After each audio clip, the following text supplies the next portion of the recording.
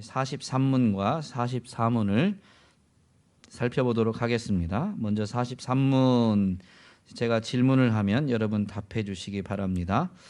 십계명의 서문은 무엇입니까? 십계명의 서문은 이렇습니다. 나는 너를 애굽 땅 종되었던 집에서 인도하여 낸 내 하나님 여호와니라. 아멘. 오늘 우리가 읽은 이 출애굽기 20장에 십계명이 수여되는 내용이 나오는데요. 하나님이 십계명을 주시면서 먼저 말씀하시는데 자신이 누구인지를 나타내 보이십니다. 이것이 십계명의 서문인데요. 이 서문은 어떤 기능을 하느냐? 책 같은 경우는 그 책의 서문은 그 책의 저술 목적이나 또한 그 책의 주요 내용을 아주 압축해서 간략하게 소개하는 기능을 합니다. 십계명에서 서문의 기능은 무엇일까? 이 내용만 먼저 서문은 이것인데 이것을 보면 이 십계명의 제정자, 계명을 누가 만들어서 누가 주는지 십계명의 제정자와 수여자를 나타내 보이면서 그것을 이제 받게 되는 자들과의 관계를 계시하고 있습니다. 계명 또는 율법으로 이해할 수 있는데요. 우리가 사는 삶의 현장, 이 사회에도 이 법이 있습니다. 근데 법의 권위는 누가 만들었느냐라는 것과 그 법의 실제 효과, 실효성에 의해서 이 법의 권위가 좌우됩니다. 소크라테스는 악법도 법이다라는 말을 했다라고 알려졌지만 실제적으로 소크라테스가 이 말을 한 것은 아닙니다. 소크라테스가 독배를 든 것은 실정법을 존중했기 때문이다라고 하면서 악법도 법이므로 이를 지켜야 한다라고 이 일본의 법 철학자인 오다카 도모라는 분이 이 법 철학 책에서 기록하면서 마치 이 말이 소크라테스가 한 말처럼 이렇게 좀 사람들이 이해하게 받아들이게 된 것입니다. 악법도 법이다 라는 이 말은 실정법을 존중함으로 인해서 그 법이 어떻게 보면 적절하지 않은 좀 부당하게 여겨졌지만 법이기 때문에 독배를 받아든 소크라테스의 이야기를 통해서 악법일지라도 법은 지켜져야만 사회가 건강하게 설 수 있다라고 주장한 것이죠. 그러나 이제 오늘날은 이 악법은 점점 개정됩니다. 특별히 악법 철폐를 주장하는 사람들은 악법은 법이 아니다. 법이 정당하지 않을 때는 지키지 않아야 한다라고 주장하면서 이렇게 법의 개정들을 주장해오고 많은 부분에서 법들은 점점 더 나은 법으로 개정되어져 왔습니다. 십계명의 서문을 물었지만 십계명은 사실 하나님이 처음으로 사람에게 복종하도록 주신 법, 도덕법의 압축이죠. 도덕법을 요약해 놓은 게 십계명이고 그 십계명을 또 요약한 것이 예수님에 의해서 설명되어진 하나님 사랑과 이웃 사랑입니다. 도덕법이라는 것은 사람이 마땅히 행해야 할 도리를 가리키는 것이죠. 사람이 마땅히 행해야 될 도리, 그것은 하나님의 형상을 따라 지음받은 사람에게 부여하신 법입니다. 그러므로 이 법의 제정자인 이 십계명의 서문에서 밝히는 대로 법의 제정자는 하나님이시니 이 십계명은 마땅히 모든 사람이 지켜야 할 권위가 있는 것이죠. 내용은 도덕법이니까 더더욱 말할 것도 없고요. 그러므로 십계명의 서문은 분명히 내용상으로는 십계명의 제정자와 수여자가 하나님이시며 수혜자와의 관계를 보이심으로 인해서 십계명을 받은 사람들이 반드시 지켜야만 한다라는 것을 나타내 보이고 있습니다. 44문은 이것을 조금 더 잘 설명해 주는데요. 44문을 살펴보도록 하겠습니다. 십계명의 서문은 무엇을 우리에게 가르쳐 줍니까?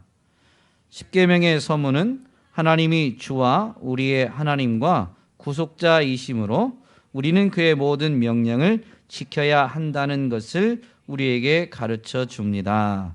아멘. 조금 전에 말씀드린 대로 십계명의 서문에서 하나님이 이 십계명의 제정자로서 자신을 계시하고 십계명을 받는 이 계명을 받아들이는 수혜자들과의 관계를 보여주고 있는데요. 하나님이 누구이신 줄을 알게 되면 그 하나님을 안 자들은 어떻게 하나님 앞에 나와야 되냐면 하나님을 경외하는 것이 마땅합니다. 경외하는 것의 구체적인 방법, 구체적인 행동 양식이 바로 이 계명을, 십계명을, 모든 명령을 지키는 것으로 나타나는 것이죠. 누군가를 경외한다면 그 사람의 말을 가벼이 듣지 않고 그 사람의 요구를 자동적으로 따르게 되어 있는 것이죠. 우리는 그의 모든 명령을 지켜야 한다라는 것은 그분이 누구이신가라는 것을 나타내는 이 서문의 내용을 통해서 그분을 마땅히 경외해야 되는 것을, 그것이 구체적인 행동 방식, 행동의 지침으로 주어지는 것을 우리에게 가르쳐주고 있는 것입니다. 사실 십계명이 주어지는 현장을 우리는 체험하지 못했죠.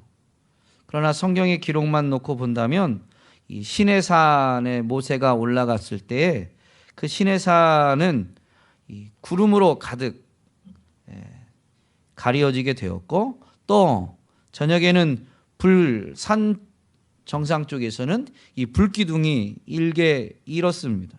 그리고 땅과 산이 진동을 했습니다.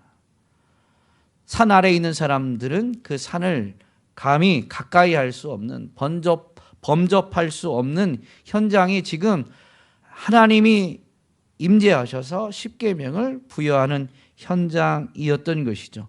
그것을 멀리서 바라본 사람들은 이후에 모세가 십계명을 들고 왔을 때 그것이 하나님으로부터 왔다는 것 자체만으로 그 하나님이 임재하시는 현장을 목격하면서 정말로 하나님을 향한 경외하는 마음이 이렇게 충만하게 들었을 것입니다.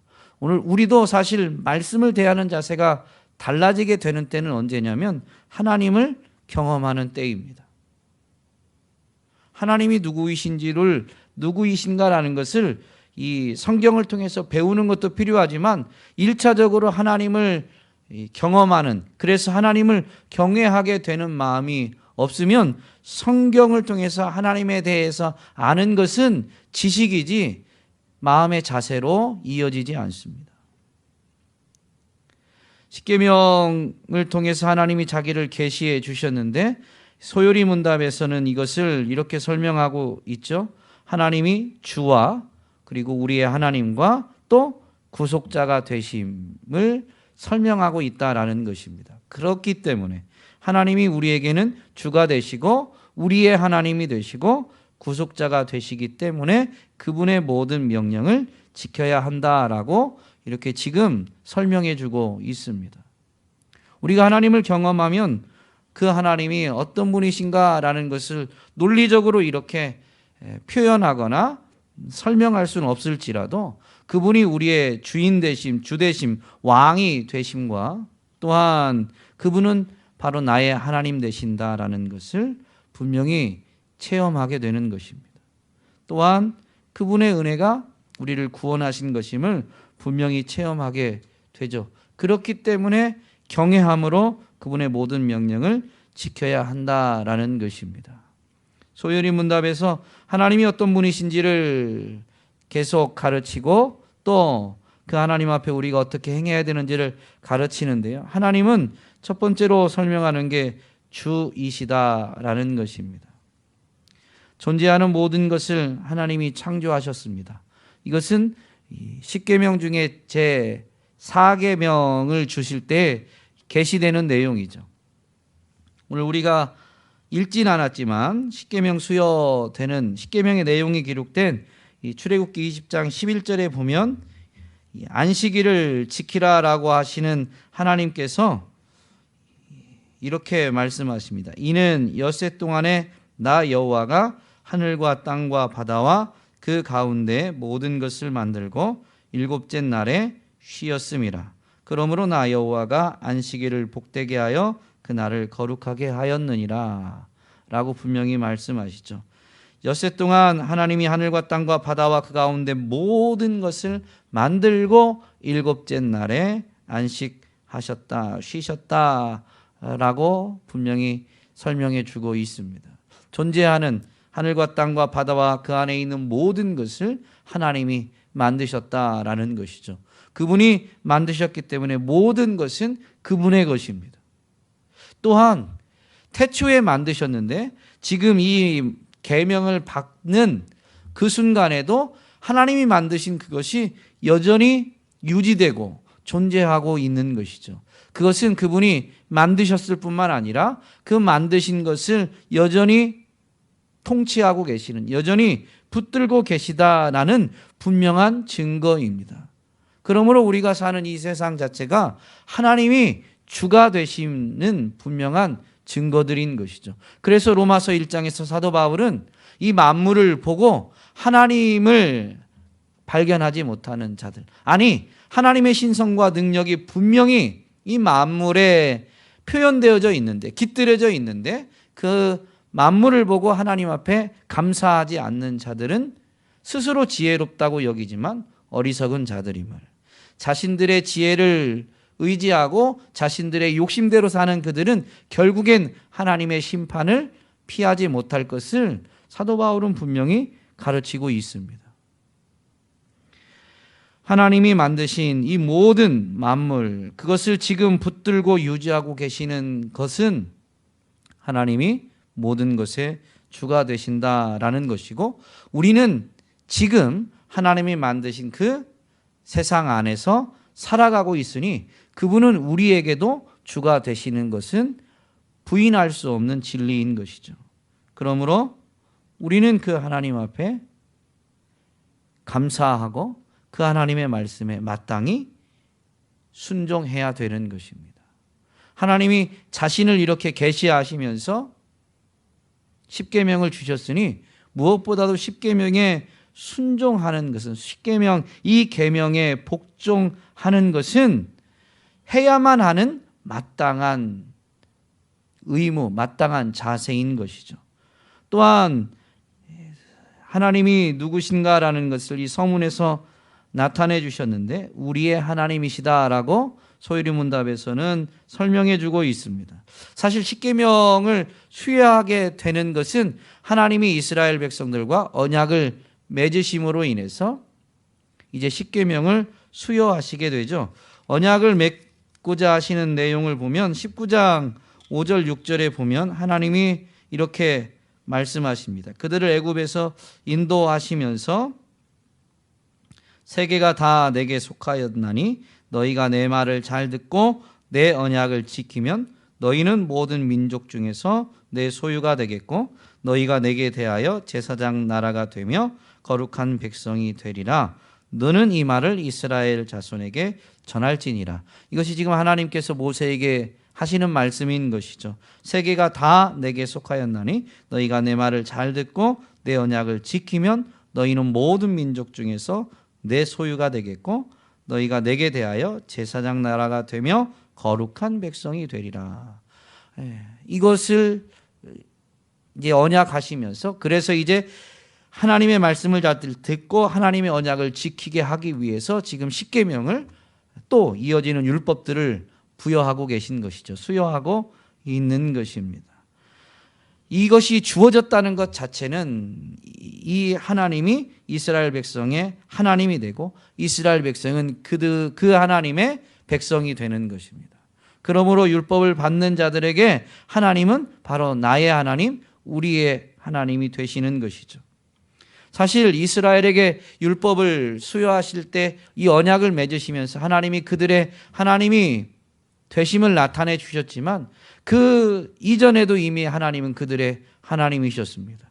이스라엘 민족을 조성하신 분이 하나님이시고 사실 이스라엘 민족을 조성하기 위해서 한 사람을 택하신 분도 하나님이십니다. 이스라엘의 조상인 바로 이 아브라함을 하나님이 택하시고 부르셔서 그를 복되게 하시고 그를 번성하게 하셔서 큰 민족을 이루겠다라고 하신 약속을 분명히 하나님이 이루어 주셨죠. 그 역사가 분명히 성경을 통해서 기록되어졌고 이스라엘 백성들에게는 전해진 것입니다.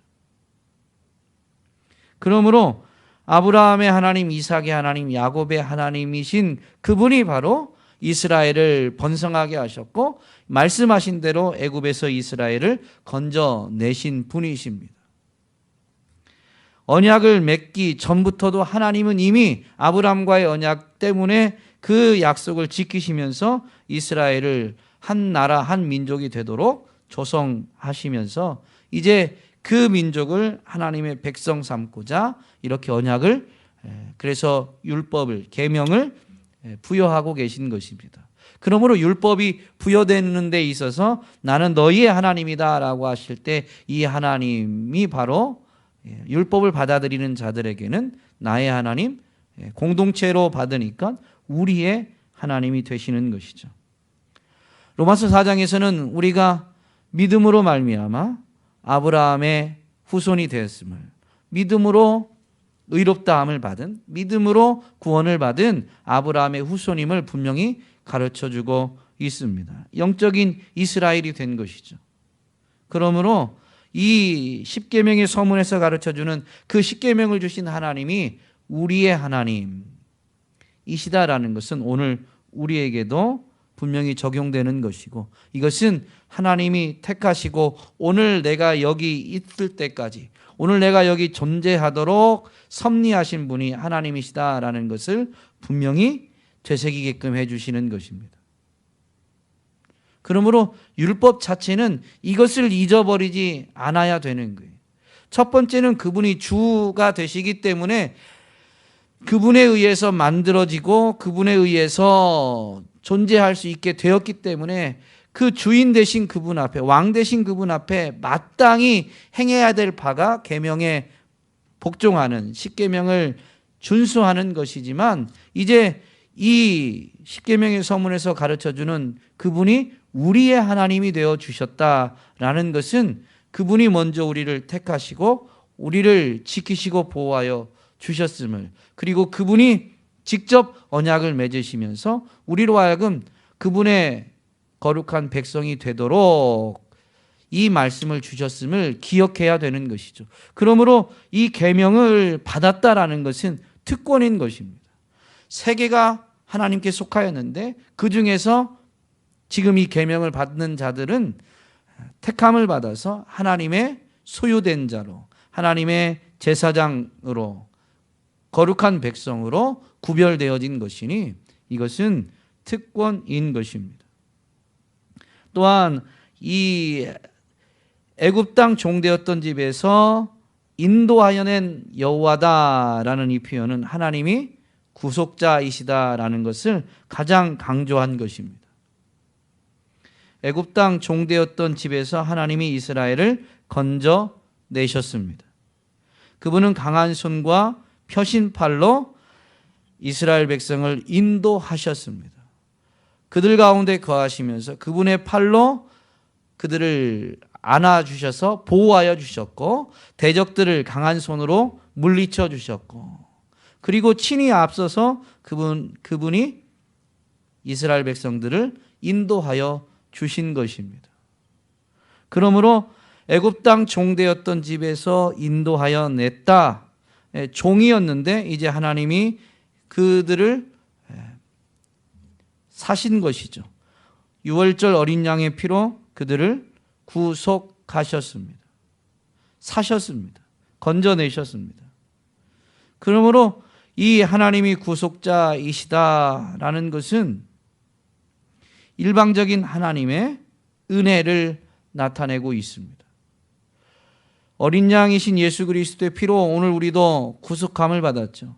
더 구체적으로 그리고 더 선명하게 이 하나님이 구속자이시다라는 것이 무엇인지를 바로 예수 그리스도께서 보여주셨는데, 자신의 생명을 아낌없이 내어주심으로 우리를 죄에서 건져내심, 우리를 종된 우리를, 죄에 종된 우리를 그분이 값을 지불하고 사신 것이죠. 이게 구속입니다. 하나님이 독생자 예수를 내어주고 우리를 사주신 것이죠. 이 치른 값이 결코 작지 않습니다. 이것이 엄청난 값을 지불한 것이기 때문에 사도 바울은 분명히 아들을 아끼지 아니하시고 우리 모든 사람을 위하여 내주신 이가 어찌 그 아들과 함께 모든 것을 우리에게 주시지 아니하겠느냐.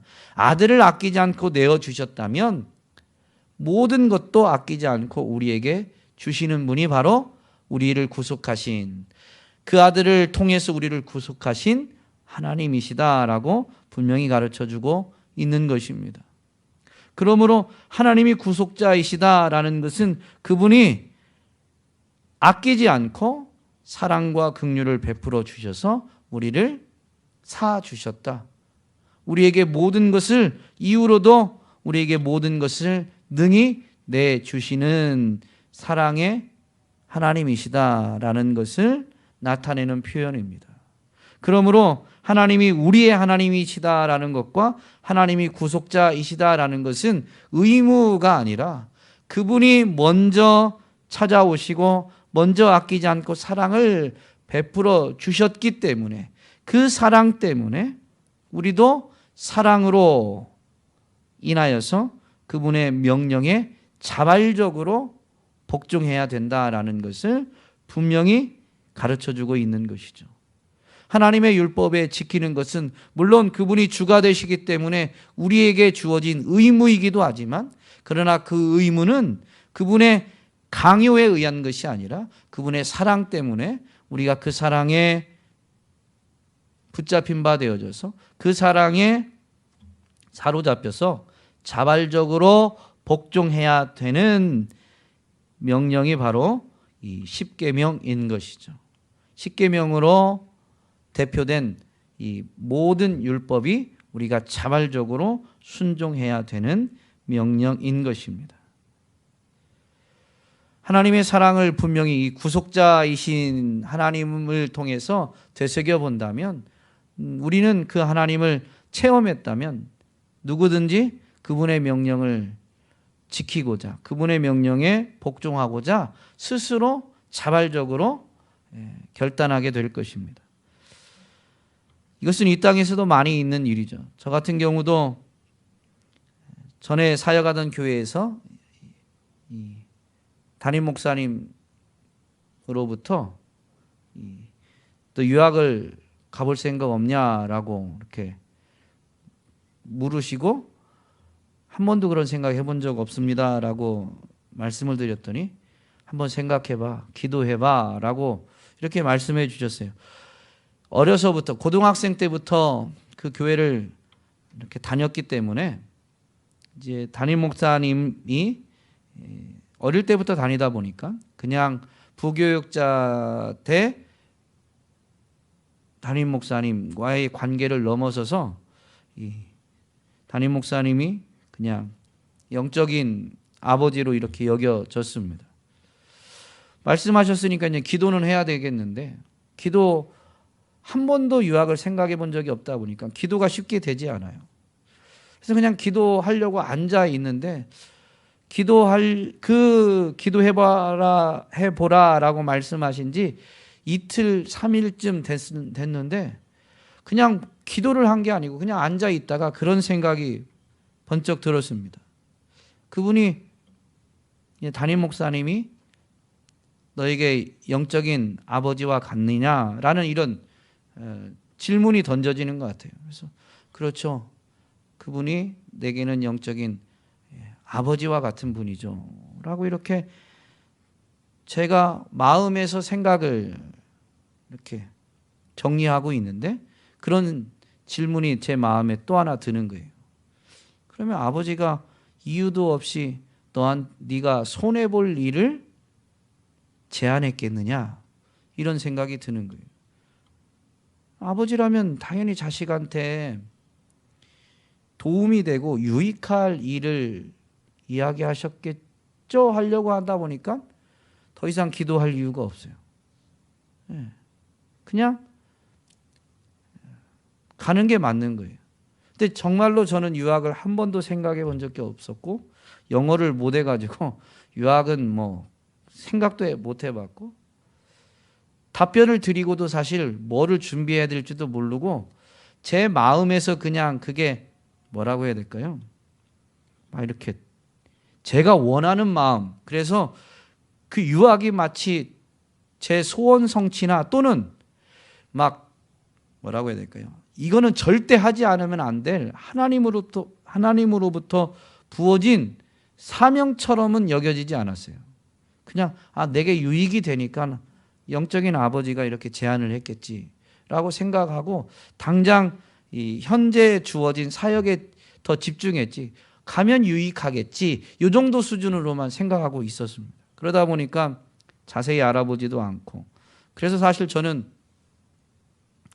이제 그해 후반기 때 이제 유학을 준비를 해야 되는데 뭘 알아보지도 않으니까 실제적으로 준비를 못하고 있었는데 여름 사역을 다 끝내고 나서 담임 목사님 비서를 하고 있었기 때문에 비서도 하고 뭐 중등부 사역도 하고 이러고 있어서 비서를 하다 보니까 이제 담임 목사님 뵐 일이 자주 있었죠. 여름 사역 마치고 이제 수행을 하는데 유학 준비는 잘하고 있지? 라고 이렇게 말씀을 하시는 거예요. 한 게 하나도 없는데 네, 이제부터 여름 사역도 끝났으니까 열심히 하겠습니다. 라고 답변을 했는데 뭘 해야 될지 모르겠는 거죠. 그래서 저는 토플 그러니까 어느 정도로 무식했냐면 유학을 가려면 토플 점수가 필요하다라는 것을 모르고 유학을 간 사람입니다. 그러니까 하나님이 저를 인도하시려니 얼마나 답답하셨겠어요. 어쨌든 제가 그때 그런 결정을 하고 정말 준비를 잘 안 해서 가서 된통 고생을 하긴 했습니다. 엄청 울고 그래서 그 울음 때문에 뭐 더 기도하게 되기도 되었지만 어쨌든 가고 나서 가면서부터 집 떠나면서부터 고생이란 고생은 참 많이 했었습니다. 그런데 가기 전에는 어떻게 그런 결정을 했느냐? 그분이 날 사랑한다면 그분이 내게 제시한 이 그냥 기도 제목이었어요. 기도 제목. 유학 가볼 생각 없니? 생각해 본 적 없니? 생각해봐? 기도해봐 라고 말씀하신 건데 그런 것들이 뭐라고 해야 될까요? 내게 유익함을 위해서 제시하신 것이 아니겠는가? 그리고 그렇게 말씀해 하신 목사님께서는 어쨌든 당회에서 안건을 내셔서 제가 유학을 결정하고 유학 가게 되었을 때에는 일정 부분 이렇게 지원을 유학 기간 내내 해 주셨습니다.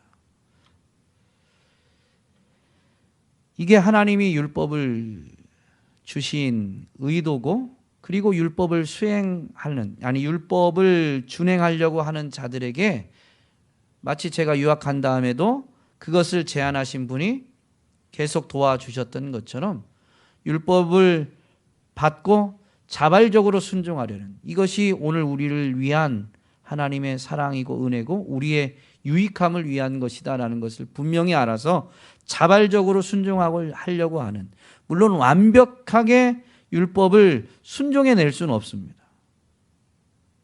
그런데도 불구하고 이것이 우리를 위한 하나님의 은혜 이것이 나의 유익을 위한 하나님의 섭리다라는 것을 인정하면서 자발적으로 행하려고 하면 그것을 행할 수 있도록 그분이 도와주십니다. 하나님의 이 명령이, 십계명이 왜 우리에게 유익하느냐? 우리는 원래 하나님의 형상을 따라 지음 받았습니다. 그리고 그 형상이 더욱 자라가야 되는 것이죠. 십계명을 지키는 사람, 아니 그분의 모든 명령을 지키는 사람은 하나님의 형상을 더욱 회복하게 됩니다. 이것이 십계명이 도덕법의 요약이다라고 했는데, 이 말을 뒤집으면 우리가 주의 명령을 지키고 십계명을 지키면 지킬수록 우리는 더욱 사람다운 사람이 됩니다. 이웃을 사랑하는 그 삶이 모든 사람에게 향기를 나타내는 사람다운 사람이 되는 것이죠. 그리고 율법을 통해서 하나님이 분명히 약속하신 대로 우리가 하나님의 형상을 회복하면 회복할수록 그것 자체도 은혜지만 우리로 하여금 복을 누릴 수 있도록 하나님이 율법에 순종하는 자에게는 복을 약속해 주셨습니다. 그러므로 율법 자체를 순종하는 것도 우리에게 유익인데, 그 유익함에 더해서 또 복을 누리게 되는 것이니 이 명령을 지키는 것이야말로 우리에게 가장 유익한 것이 분명합니다. 그러므로 오늘 이 십계명의 서문을 통해서 밝혀주는, 가르쳐주는 내용을 되새기면서 우리는 마땅히, 그러나 또한 자발적으로 그분 사랑, 그분의 은혜, 그분의 섭리를 기억하면서 자발적으로 주님의 명령에, 그분의 계명에 순종하는 삶을 살아내야 되겠습니다. 그러면 우리는 정말로 유익을, 복을 누리게 될 줄로 믿습니다. 앞으로 이제 십계명을 더 자세히 살펴보게 될 것인데, 계명을 더 깊이 이해하고 계명을 더욱 잘 지키는 저와 여러분이 될 수 있기를 간절히 소망합니다.